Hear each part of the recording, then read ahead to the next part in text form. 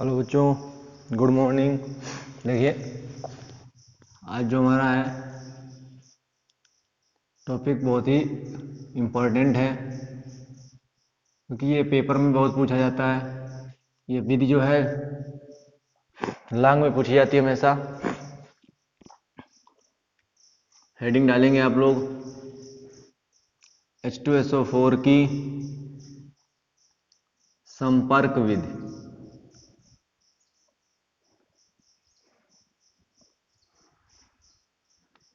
Contact process, contact process है H2SO4 की। तो पहले हम इसके सिद्धांत को समझेंगे। इसका सिद्धांत क्या कहता है हमसे,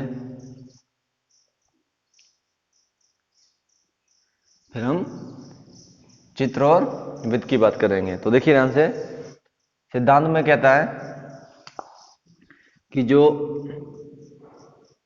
SO2 है वो O2 से अपक्रिया करती है, और जो SO3 बनाती है दो दो। तो ये जो अभिक्रिया है हमारी उत्क्रमणीय अभिक्रिया है। 45.3 किलो कैलोरी उसमें ऊष्मा निकलती है। ठीक है, तो आप देख रहे हो कि ये जो अभिक्रिया है वो कैसी है, उत्क्रमणीय है। उत्क्रमणीय अभिक्रिया है। पहली कंडीशन, ऊष्मा प्लस में है यानी कि उत्सर्जित हो रही है। उत्सर्जित हो रही है यानी कि ऊष्मा क्षेपी अपक्रिया भी है। ये उत्क्रमणीय अपक्रिया के साथ साथ में ये ऊष्मा क्षेपी अपक्रिया भी है।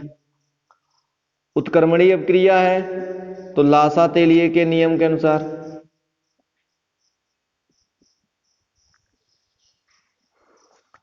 तो यहां पे जो SO2 से हम SO3 बना रहे हैं, SO3 से H2SO4 बनाएंगे। सबसे पहले हमारे पास में SO3। SO3 कैसे बनाते हैं, तो वो SO2 का ऑक्सीकरण करवाते हैं। SO2 कैसे बनाते हैं, तो SO2 को बनाने के लिए सल्फर या आयरन पायराइट को भट्ठी में जलाते हैं। तो इससे हमें जो है SO2 प्राप्त होती है। इस SO2 का जो है ऑक्सीकरण करवा देते हैं, जिससे SO3 बन जाती है और साथ में ऊष्मा निकलती है। तो ये अपक्रिया जो है उत्क्रमणीय अपक्रिया है। उत्क्रमणीय अपक्रिया है। तो लासा तेलिए का नियम क्या कहता है कि अगर ताप, दाब, सांद्रण, ताप में वृद्धि करोगे तो साम उस दिशा में जाएगा जिधर ऊष्मा का शोषण होगा, जिधर ऊष्मा शोषित हो गई। दाब में वृद्धि करने से साम्य उस दिशा में जाएगा जिधर आयतन में कमी होगी।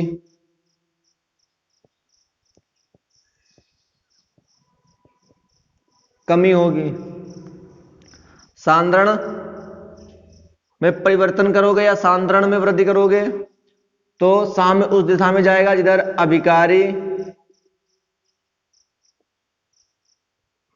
पदार्थों की खपत होगी। खपत होगी यानी खर्च होगा। तो देखिए, जो इस तरफ है ये वाली SO2 से जो SO3 बन रहा है उसको बोलेंगे अग्रप क्रिया।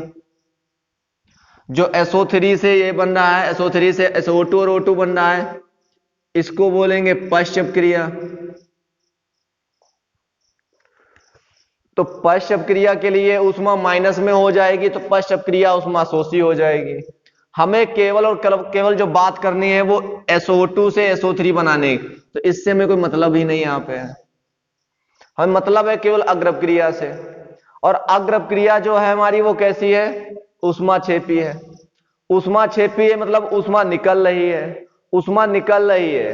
अब पॉइंट को ध्यान से सुनिए। लासा तेलिए कहते हैं कि साम्य उस दिशा में जाएगा जिधर ऊष्मा का शोषण होता है। और यहां पे ऊष्मा पहले से ही निकल रही है, और ऊष्मा देंगे तो सल्फर डाइऑक्साइड और ऑक्सीजन के जो अणु हैं हमारे, वो एक दूसरे से और दूर दूर जाएंगे। गैस है, गैस के अणु दूर दूर होते हैं, पता है। ताप बढ़ाएंगे तो वो और दूर दूर जाएंगे। जब और दूर दूर जाएंगे तो मान लीजिए, देखिए ये पात्र था, ये SO2 के अणु है हमारे, ठीक है, और ये O2 के अणु है हमारे। ओके, अब हमने क्या किया, हमने टेम्परेचर बढ़ा दिया।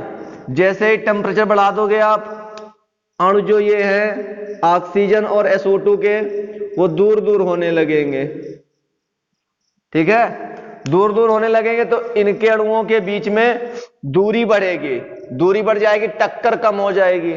टक्कर कम होगी तो क्या, उत्पाद नहीं बनेगा, या कह सकते उत्पाद कम बनेगा।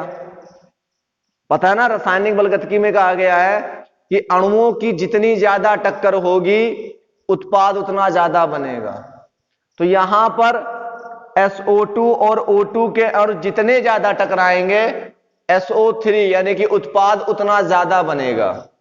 तो इनकी टक्कर करने के लिए इन अणुओं को पास पास होना चाहिए, और पास पास तभी आएंगे जब हम ताप को कम करेंगे, जब टेम्परेचर कम करेंगे। पता है ना, किसी का टेम्परेचर कम कर देने से क्या होता है, अणु पास पास आने लगते हैं और अवस्था में परिवर्तन हो जाता है। जैसे गैस, गैस को ठंडा करोगे द्रव, द्रव को ठंडा करोगे तो ठोस होता है ना। तो यहां पर टेम्परेचर जितना कम करूंगा, अणु उतने ज्यादा पास पास आएंगे। जितने ज्यादा पास आएंगे, टक्कर उतनी ज्यादा होगी। टक्कर जितनी ज्यादा होगी, SO3 उतनी ज्यादा बनेगी। Clear point. तो यहां पे ताप बढ़ाने पर ऊष्मा का शोषण होना चाहिए, लेकिन यहां पे हमें ताप कम करना पड़ेगा, तभी ये रिएक्शन होगी। तो यहां पर जो है ताप हमें कम करना पड़ेगा। जितना ताप कम करूंगा उतनी ज्यादा SO3 बनेगी। कहता है दाब आयतन में कमी, तो आयतन में देखो कितना, 2 और इसका कितना है 1, तो टोटल आयतन यहां कितना है, अभिकारी पदार्थों का टोटल आयतन 3 है, और जबकि SO3 का आयतन कुल कितना है 2। अभिकारी पदार्थों का आयतन 3, उत्पाद का 2, तो आयतन में कमी हुई, 3 से 2 कमी हुई। कमी हुई मतलब ये लासा तेलिए के नियम के अनुसार ही है। इसमें अग्र क्रिया में जितना ज्यादा मैं दाब लगाऊंगा, और उतने ज्यादा पास में आएंगे, और जितने ज्यादा पास में आएंगे, टक्कर उतनी ज्यादा होगी। टक्कर जितनी ज्यादा होगी, उत्पाद अर्थात SO3 उतनी ज्यादा बनेगी। तो यहां पर मुझे क्या करना पड़ेगा, अधिक SO3 बनाने के लिए दाब अधिक करना पड़ेगा और टेम्परेचर कम करना पड़ेगा। और अभिकारी पदार्थों की खपत, सांद्रण, SO2 और O2 को मिलाकर SO3 बन रहा है, 2 को मिलाकर 1 बन रहा है, 2 को मिलाकर 1 बन रहा है। तो अभिकारी पदार्थ जितने ज्यादा लोगे, SO3 उतनी ज्यादा बनेगी। अभिकारी पदार्थों की खपत हो रही है। क्लियर। अब यहां पे देखिए, अगर हमने ताप कम कर दिया तो रेट ऑफ रिएक्शन वो भी कम हो जाएगी। अभिक्रिया की दर, हिंदी में अभिक्रिया की दर कम हो जाएगी। अगर अभिक्रिया की दर कम हो जाएगी, स्पीड कम हो जाएगी, दर मतलब स्पीड, तो जब स्पीड कम हो जाएगी तो SO3 बनने में समय लगेगा। समय लगेगा तो फिर H2SO4 बनाने में भी समय लगेगा, H2SO4 बनने में भी समय लगेगा। अब यहां पे बात फंस गई। टेम्परेचर कम नहीं करेंगे तो SO3 ज्यादा नहीं मिलेगी। टेम्परेचर कम कर रहे हैं तो अभिक्रिया की दर धीमी, गति धीमी हो रही, वेग धीमा हो रहा है, कह सकते हो। तो ऐसा कुछ हमें करना पड़ेगा कि ताप भी हम कम कर रहे हैं और अभिक्रिया की दर में भी कोई चेंजिंग ना हो। उसके लिए जो है यहां पर उत्प्रेरक लगा देते हैं। उत्प्रेरक वे पदार्थ हैं जो अभिक्रिया की दर को बढ़ा देते हैं लेकिन अभिक्रिया में भाग नहीं लेते हैं। अभिक्रिया की दर को तो बढ़ाएंगे लेकिन अभिक्रिया में भाग नहीं लेंगे, वे उत्प्रेरक होते हैं। तो यहां पर उत्प्रेरक उपयोग किया जाता है पीटी। जब यहां पर पीटी उत्प्रेरक लगाते हैं तो अभिक्रिया की स्पीड तो बढ़ जाती है, टेम्परेचर हम कम करते हैं और पीटी उत्प्रेरक लगा देते हैं तो अभिक्रिया की दर बढ़ जाती है और टेम्परेचर भी कम हो गया हमारा, कोई फर्क नहीं पड़ा।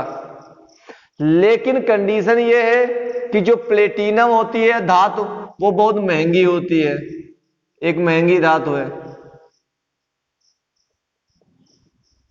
और अभिक्रिया के समय जो है प्लेटिनम खराब भी हो जाती है, बार बार बदलना भी पड़ता है और धातु महंगी भी है, यानी कि H2SO4 बनाने में खर्चा ज्यादा आ जाएगा।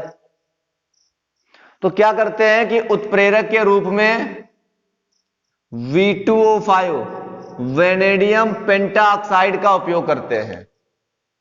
वेनेडियम पेंटाऑक्साइड, इसके उपयोग से क्या होता है कि अभिक्रिया की दर तो उतनी ही रहती है जितनी प्लेटिनम पर बढ़ा रहा था, लेकिन V2O5 हमें सस्ता पड़ता है और बार बार अभिक्रिया में बदलना नहीं पड़ता है, इतनी जल्दी वो खराब नहीं होता जितनी जल्दी प्लेटिनम खराब हो जाती है। क्लियर, समझ में आया? तो हम क्या करते हैं, हम यहां पर ताप कम करते हैं और दाब बढ़ाते हैं। ताप कम करते हैं, दाब बढ़ाते हैं। ताप कम करने से अभिक्रिया की दर धीमी या अभिक्रिया की दर कम हो जाती है। अभिक्रिया की दर कम हो जाने के कारण उसको इस बढ़ाने के लिए हम उत्प्रेरक का उपयोग करते हैं, प्लेटिनम उत्प्रेरक का। प्लेटिनम धातु महंगी होने के कारण आजकल V2O5 का उत्प्रेरक का उपयोग किया जाता है इस विधि में। क्लियर हो गया पूरा? क्लियर है आपके दिमाग में कि नहीं? ओके ना? चलिए, तो दाब अधिक लेना है, अधिक करना है और ताप कम करना है। चलिए फटाफट मैं बोलता हूं, आप लिखना शुरू कर दीजिए। देखिए SO2 का ऑक्सीकरण सिद्धांत है हेडिंग, लिखिए उसमें SO2 का ऑक्सीकरण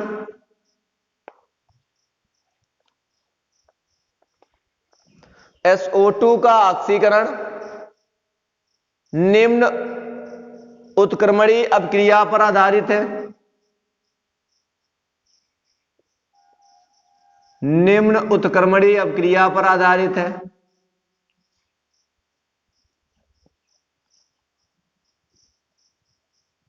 उसके नीचे ये रिएक्शन नोट कर लो पहले, इतनी नोट करो पहले।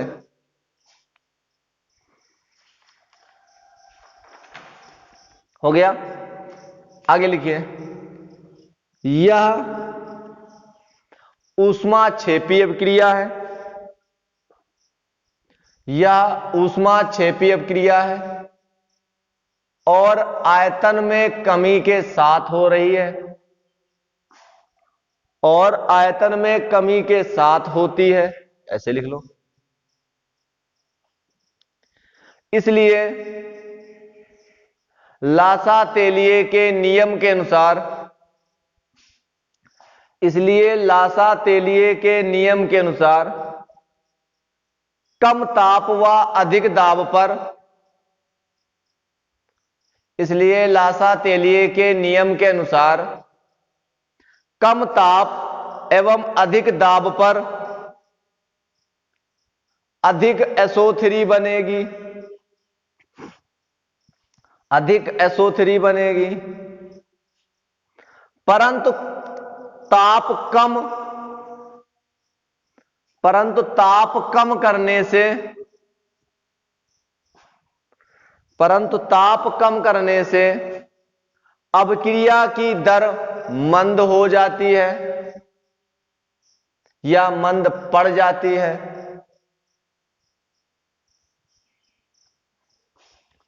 इसलिए वेग बढ़ाने के लिए, इसलिए अभिक्रिया की दर बढ़ाने के लिए या अभिक्रिया का वेग बढ़ाने के लिए प्लेटिनम उत्प्रेरक का उपयोग किया जाता है। प्लेटिनम उत्प्रेरक का उपयोग किया जाता है। यह धातु महंगी होती है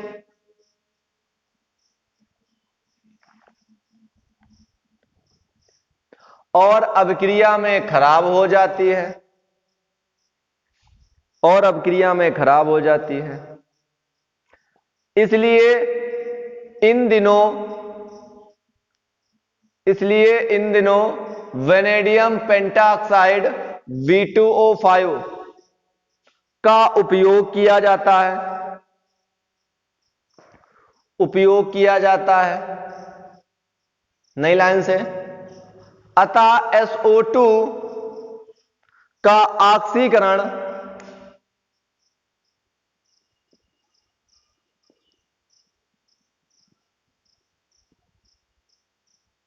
ऑक्सीकरण प्लेटिनम या वेनेडियम पेंटाऑक्साइड उत्प्रेरक की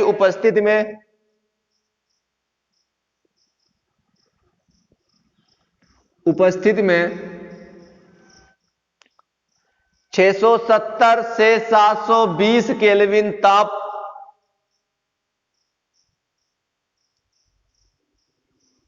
पर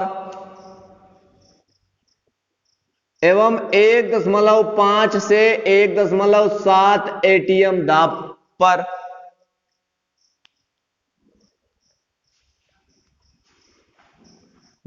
पर अभिक्रिया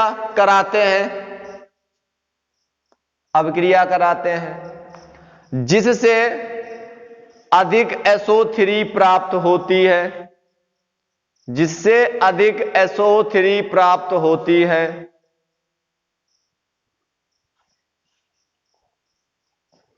रिएक्शन को नोट कर लीजिए उसके नीचे पूरा। अब ये पूरी डिटेल में हो चुकी है रिएक्शन, नोट कर लीजिए इसको। हो गया। आगे देखिए, SO3 हमें मिल गई। SO3 को H2SO4 में अवशोषित कराया जाता है। यह सांद्र H2SO4 SO3 को अवशोषित कर लेता है और H2H2O7 H2 है, S2 है और O 4 और 3 7 अवशोषित कर लेती है और ओलियम बनाती है। क्या बनाती है? ओलियम। रिएक्शन नोट करना बस, बाकी कुछ नहीं। ओलियम बनाती है। ओलियम में आवश्यकता अनुसार जल मिलाने से सांद्र H2SO4 प्राप्त होता है। यह 99.9% तक शुद्ध होता है। ठीक है, 99.9 हो गया। अब लिखिए इसके नीचे हिंदी जो रिएक्शन नोट गई है ऊपर वाली, उसके नीचे लिखिए, क्या लिखिए, फटाफट लिखिए। SO3 को सांद्र H2SO4 के द्वारा अवशोषित कर लेते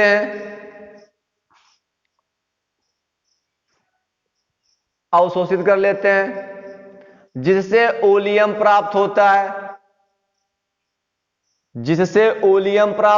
है।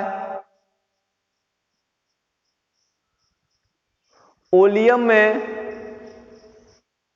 जल की आवश्यक मात्रा मिलाने